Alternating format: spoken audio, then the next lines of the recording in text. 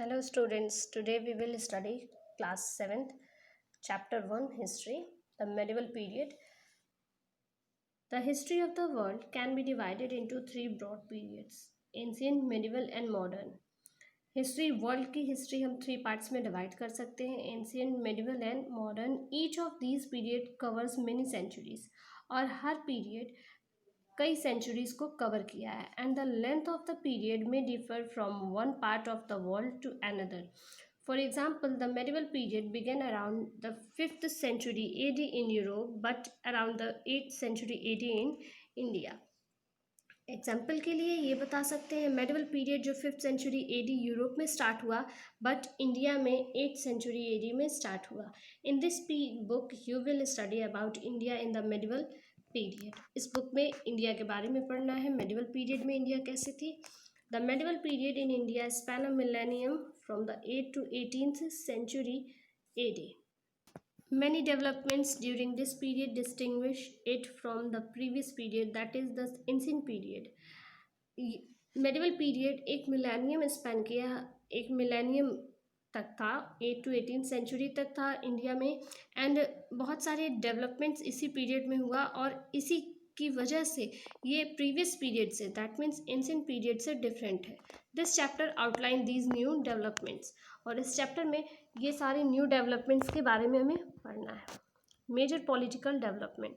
The medieval period in India can be divided broadly into two phases: the early medieval period 8 to 13th century and the later medieval period 13 to 18th century.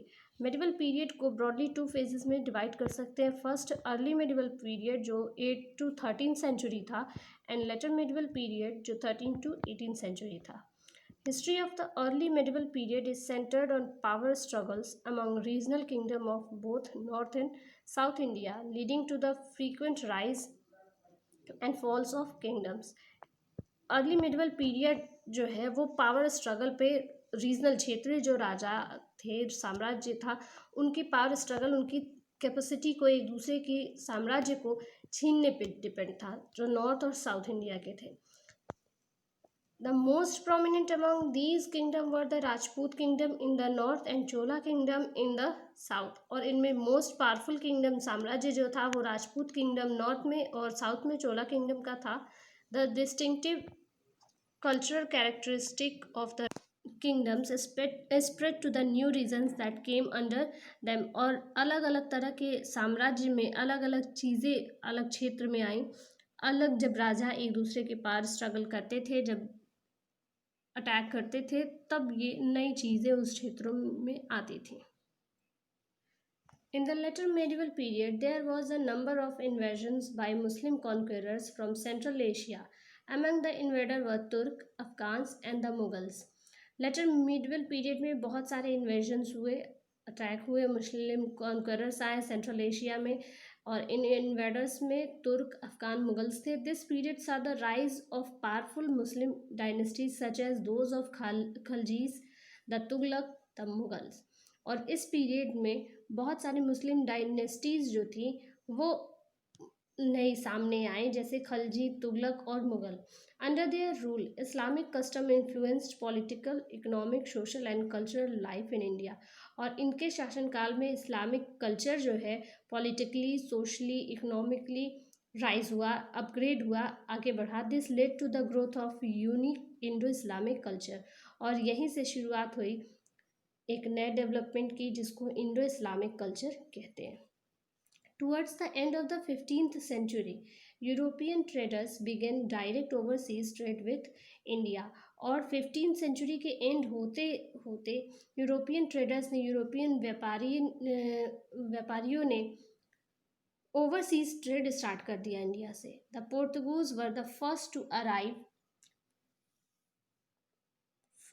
इनमें सबसे पहले थे Portuguese, पुर्तगाल के लोग, followed by English, the Dutch, the French, जो English, Dutch और French के बाद आए. By the mid 17th century the French and the English were the main rival trading powers in India. और मिड 17th सेंचुरी तक India में French और English का काफ़ी पावरफुल ट्रेडिंग पावर बढ़ गई थी. काफ़ी पावरफुल हो गए थे। By the mid 18th century the English outstayed the French and became a leading political force in India. Mid 18th century तक फ्रेंच ने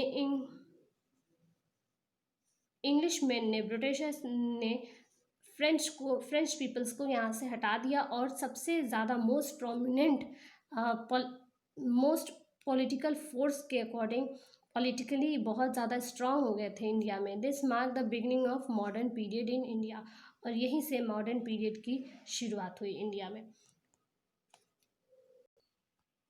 And this is the introduction of the chapter.